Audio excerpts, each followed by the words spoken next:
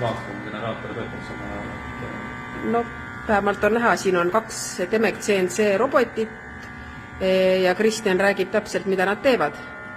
Üks robot siis lihvib mööblitööstuselt uksepaneele, erinevate profiilidega on võimalik seda siis lihvida.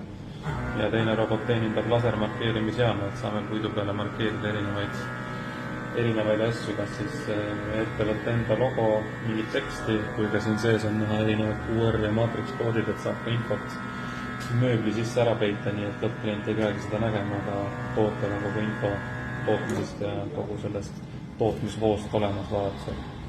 Ja vasakpoolse laua peal on siis meil ka mõned videod sellest, kuidas me neid teste tegime. Siin me kahjuks tööle ei saa panna ohutuse mõttes, et keegi ei saaks laserkiirega vigastada, aga me saame alati neid näidiseid ja teste kontoris teha, kui kellelgi on soovi. Ja see siis nüüd lihvib, see lihvib, jah. Imiteerib lihvimist.